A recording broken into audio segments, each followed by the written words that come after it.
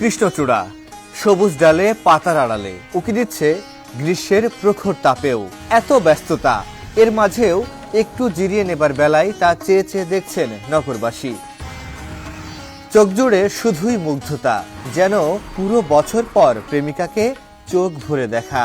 কৃষ্ণচূড়া ফুল তো সবারই অনেক ভালো লাগে। আর সব থেকে মজার ব্যাপার হচ্ছে কৃষ্ণচূড়া ফুল যখন হয়, অন্যান্য ফুলগুলো হচ্ছে দেখা যায় যে এত বেশি ঘন হয় না গাছে, বাট কৃষ্ণচূড়া ফুল হলে গাছের পাতাই দেখা যায় না, শুধু ফুল আর ফুল।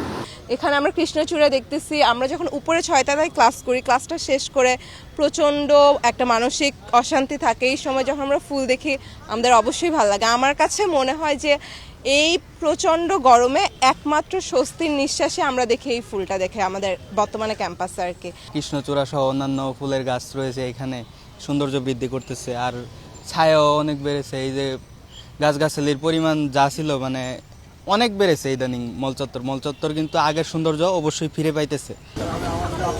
বৈশাখের হাঁসফাঁস গরমের দিনেও যান্ত্রিক এই শহরে যে এত প্রেম তা কি কেউ বুঝেছে আগে?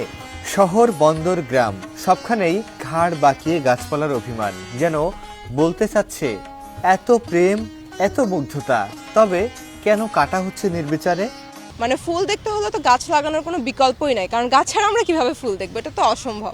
সৌন্দর্য বর্ধনের জন্যই যে হচ্ছে গাছপালা ফুল এমনটা না, গাছ তো অনেক বড় অবদান রাখে। আর এখন যে অবস্থা, গরমের তাপমাত্রা এত বেশি, তো গাছ আরো বেশি বেশি লাগানো উচিত আমাদের। যদি এটা সঠিকভাবে রক্ষণাবেক্ষণে ফুল গাছগুলো অধিক লাগানো হয়, তাহলে সব জায়গায় এরকম পরিবেশে ঠান্ডা হয়ে ছড়িয়ে পড়বে। এই অত্যন্ত গরমের মধ্যে এভাবে গাছপালাকে না কেটে এবার গাছপালা রোপণ করার মাধ্যমে বৃক্ষরোপণে আমরা আরো এগিয়ে আসা উচিত। গ্রীষ্মের তপ্তরোদে বৈশাখের আকাশে কৃষ্ণচূড়া যেন মেলে ধরেছে তার ভরা যৌবনের সবটুকু। এমন দৃশ্য দেখে প্রকৃতিপ্রেমীরাও মুগ্ধ। তারা বলছেন এমন দৃশ্য আরও দেখার জন্য বিকল্প নেই বৃক্ষরোপণের। মামুন সোহাগ, সমকাল, ঢাকা।